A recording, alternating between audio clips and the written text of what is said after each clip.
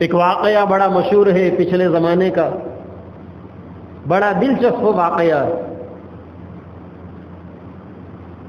ایک شوہر اپنی بیوی کے ساتھ بڑے محبت بھرے موڈ میں تھا، کھانا کھا رہا تھا، اپنے ہاتھوں سے اپنے بیوی کے منہ میں لقمہ اتار رہا تھا۔ دونوں خوشی کے موڈ میں تھے، رومانٹک موڈ میں تھے، پیار بھری محبت بھری باتیں چل رہی تھی۔ حدیث میں بھی اللہ کے نبی نے فرمایا کہ کسی مرد کا اپنی بیوی کے منہ میں لقمہ رکھ دینا یہ بھی صدقہ ہے، اس سے بیوی سے محبت بھی بڑھے گی اور اللہ تعالیٰ نیکی بھی دیں گے اس پر، اپنے ہاتھ سے بیوی کو کھانا کھلانے پر۔ کتنی پاکیزہ تعلیمات ہے اسلام کی۔ شوہر اپنے ہاتھ سے اپنی بیوی کو کھانا کھلا رہا ہے، میاں بیوی کے درمیان میں بڑی محبت بھری باتیں ہو رہی ہے۔ اچانک دروازے کے اوپر ایک فقیر کی آواز آئی، اللہ کے نام پر کچھ دے دو، 3 دن سے بھوکا ہوں۔ فوری یہ شوہر اٹھا اور سامنے دسترخوان پر جتنا کھانا تھا اپنی بیوی سے کہا کہ لے جا کر اس غریب کو صدقہ کر دینا، ہے اس غریب کو دے دو۔ بیوی نے کہا کہ ارے اپنے لیے تو کچھ رکھ لیتے۔ شوہر نے کہا کہ دے دو پورا، اپنے لیے کچھ اور انتظام کر لیں گے۔ چنانچہ جب بیوی صدقہ کرنے کے لیے چوکھٹ پر گئی دروازے پر، اور اس نے جیسا ہی فقیر کو دیکھا تو ایک چیخ ماری اور بے ہوش ہو گئی۔ شوہر اندر سے بھاگا ہوا آیا، اس نے فقیر کو پکڑا اور پکڑ کر کہا کہ تو نے کیا کر دیا میری بیوی کو جو اس کی یہ حالت ہو گئی؟ اس نے منت سماجت کی کہ میں نے کچھ نہیں کیا۔ شوہر نے اس کو چلتا کر دیا، بیوی کو اٹھا کر اندر لایا، اس کے چہرے پر پانی چھڑکا۔ جب وہ ہوش میں آئی، شوہر نے پوچھا کہ کیا بات ہو گئی؟ صدقہ کرنے کے لیے گئے تھے اور چیخ مار کر بے ہوش ہو گئے۔ بیوی نے کہا کہ دراصل پرانی باتیں یاد آ گئی، غم برداشت نہ ہو سکا، اسی لیے میری یہ نوبت ہو گئی۔ شوہر نے کہا کہ کیا یاد آیا؟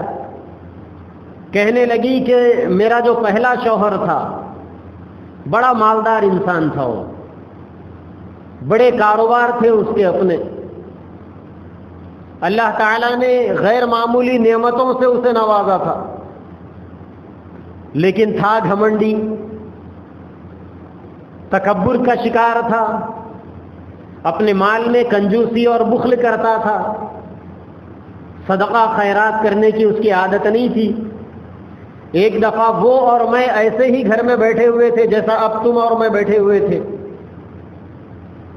ہم دونوں کے درمیان میں محبت بھری باتیں چل رہی تھی، میں اسے کھلا رہی تھی، وہ مجھے کھلا رہا تھا۔ اسی درمیان میں ایک فقیر گھر پر آیا کہ اللہ کے نام پر کچھ دے دو، کئی دنوں سے بھوکا ہوں۔ تو میرا شوہر کرکرا ہو گیا، چڑچڑا ہو گیا، اٹھ کر دروازے پر گیا اور جا کر اس فقیر کو مارنا پیٹنا شروع کر دیا، اور اتنا مارا کہ اس فقیر کی حالت بری ہو گئی۔ اور میرا شوہر کہنے لگا کہ کمبخت کہیں کے منہ اٹھائے کب بولے جب آ جاتے ہو، کوئی وقت نہیں تم لوگوں کا آنے کا، دفع ہو جائے یہاں سے۔ یہ جھڑک کر اس نے بھگا دیا۔ پھر اس کے بعد میرے شوہر کے اوپر حالات آئے، کاروبار کا نقصان ہونا شروع ہوا، جو غلام تھے، جو باندیاں تھے، رفتہ رفتہ چھٹی ہونے لگی ان کی، کارخانے بند ہونے لگے، قرض کے اندر اتنا ڈوب گیا کہ دیوالیہ ہو گیا اس کا۔ ہوتے ہوتے نوبت یہ آئی کہ اس نے مجھ سے کہا کہ اب میں تمہیں پالنے کی مجھے قدرت نہیں ہے، لہذا تم مجھ سے رشتہ ختم کر لو۔ میں نے رشتہ ختم کر لیا۔ تو یہ شوہر نے کہا کہ بھائی بات تو عبرت والی ہے، لیکن یہ چیخ مار کر بے ہوش ہونے کی کیا وجہ؟ تو بیوی نے کہا کہ دروازے پر جو بھکاری آیا تھا وہ پہلا شوہر تھا وہ۔ تو شوہر نے کہا دوسرے شوہر نے کہ اچھا میری بھی سنو،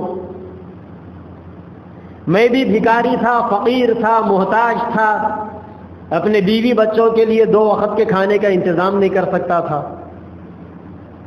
ایک دفعہ میں بھی بھیک مانگنے کے لیے ایک کے دروازے پر گیا تھا، اور میں نے بھی اللہ کا واسطہ دے کر 3 دن کی بھوک کا واسطہ دے کر بھیک مانگی تھی۔ گھر سے آدمی نکل کر مجھے یہی جملے کہہ کر اس نے میری پٹائی کی، مجھے مارا، مجھے دھکے دے کر نکالا۔ جب اس نے مجھے دھکے دیا تو میرے دل سے آہ نکلی، اور میں نے اللہ کو گواہ رکھ کر کہا کہ اے اللہ، دنیا والوں کی در در کی ٹھوکریں کھانا بہت ہو گیا، بس اب اپنے در کا غلام بنا لیجئے۔ اس دن سے اللہ تبارک و تعالیٰ نے میرے دماغ میں تدبیر ڈالی، میں نے لوگوں سے قرضہ لیا، کاروبار شروع کیا، ہوتے ہوتے ہوتے ہوتے اللہ تبارک و تعالیٰ نے میری یہ نوبت لائی۔ شوہر یہ کہتے کہتے آنکھوں میں آنسو آ گئے۔ بیوی نے کہا کہ میرے بے ہوش ہونے کی وجہ تو یہ تھی کہ وہ میرا پہلا شوہر تھا، مگر اب تمہارے رونے کی کیا وجہ ہے؟ شوہر کہنے لگا کہ تیرے شوہر سے چوکھٹ پر دھکے کھانے والا وہ فقیر میں تھا۔ پھر اللہ تعالیٰ نے اس کے بعد میرے کاروبار میں برکتیں دی، میرے مال میں اضافہ ہوا، ہوتے ہوتے چونکہ یہ بیوی ایک اچھے خاندان کی عورت تھی، اس عورت سے اس کی شادی ہوئی۔ واقعے سے کیا سمجھ میں آیا؟ 2 چیزیں ضرور سمجھ میں آئی واقعے سے۔ ایک چیز یہ ہے کہ یہ مال مہمان ہے، آج میرے پاس تو کل تیرے پاس، کل تیرے پاس تو پرسوں کسی اور کے پاس۔ اور دوسری چیز یہ سمجھ میں آئی کہ انسان کو جب تک بھوک کا احساس نہیں ہوگا، بھوکوں کا احساس نہیں کر سکتا آدمی۔ روزے کی حالت کے اندر اللہ تبارک و تعالیٰ روزے دار کو بھوکا رکھ کر غریبوں کی ہمدردی کا احساس پیدا کرواتے ہیں۔